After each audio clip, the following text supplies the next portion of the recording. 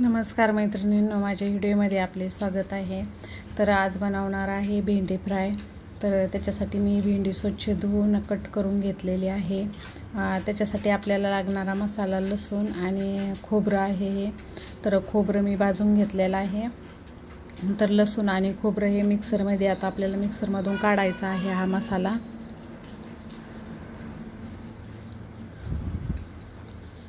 तर त्याच्यामध्ये लाल मिरची पावडर टाकायची आपल्याला आपल्या चवीनुसार, म्हणजे आपल्याला कसं किती तिखट लागतं त्यानुसार तुम्ही टाकू शकता। आणि अर्धा चमचा आपण त्याच्यामध्ये जिरे टाकलेले आहे। जिरे टाकून हा मसाला जो आहे हा मसाला मिक्सरला फिरवून घ्यायचा।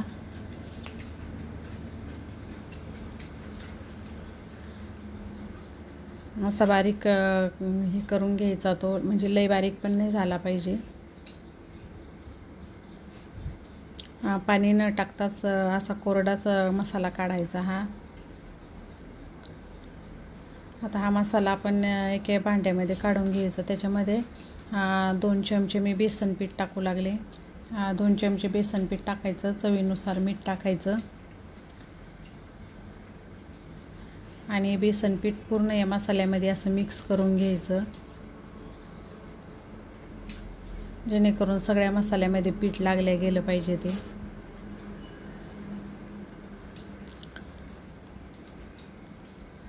आता पूर्ण याच्यामध्ये मिक्स करून झालं। आता जी भेंडी जी आहे अशी उभी कट करून घेतलेली आहे। तर याच्यामध्ये हा मसाला असा भरायचा, थोडासा प्रेस करून भरायचा की जेणेकरून तो बाहेर पण नाही निघला गेला पाहिजे।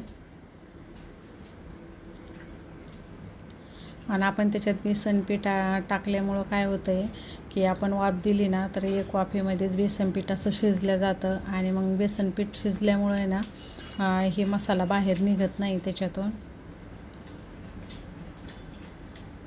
बरोबर मध्ये असा भेंडीला चिटकून बसतो।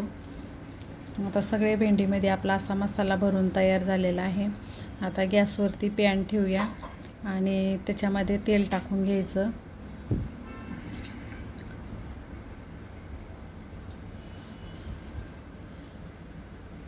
तेल पण असं सगळ्या साईडनं तेल लागलं गेलं पाहिजे।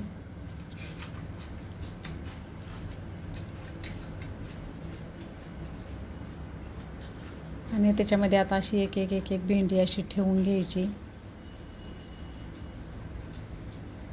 जेणेकरून की सगळेच भेंडी फ्राय झाली पाहिजे। नाहीतर आपण एकदम टाकून दिली तर मग मसाला पण त्याच्यामधला निघून जातो। आपल्याला त्याच्यामधला मसाला पण नाही गेला पाहिजे। जसा भेंडीत आपण मसाला भरला आहे तसाच मसाला त्याच्यात राहायला पाहिजे, म्हणून त्याला जास्त असं हलवायचं पण नाही आहे, नुसतं वाफ देऊन घ्यायची आहे।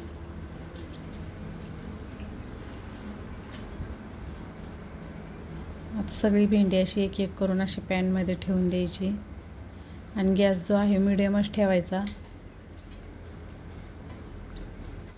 नाहीतर आपण जर फुल गॅस केला तर भेंडी करपून बसेल, त्याच्यामुळे मिडियमच गॅस ठेवायचा।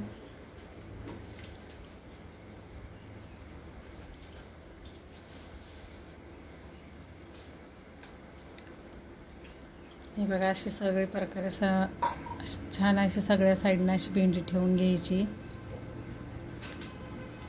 आणि त्याच्यावरती झाकण ठेवायचं, चांगली वाफ येऊ द्यायची। वाफ आल्यानंतर हे बघा अशी भेंडी छान अशी नरम होती। ती एका साईडनं आता आपली फ्राय झालेली आहे, पण दुसऱ्या साईडनं राहिली, त्याच्यामुळे असं दुसऱ्या साईडनं त्याला पलटी मारायची की खालच्या साईडनं जे राहिलेलं आहे वरची साईड, तर त्याची अशी पूर्ण भेंडीला असं परत खालीवर करायचं।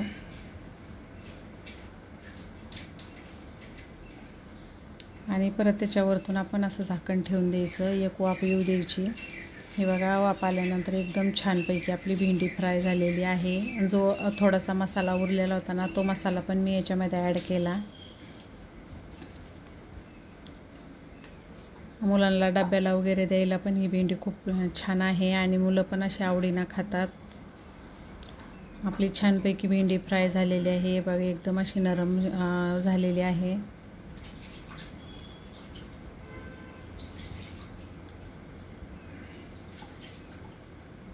पाच मिनिटात तयार होणारी रेसिपी आहे ही।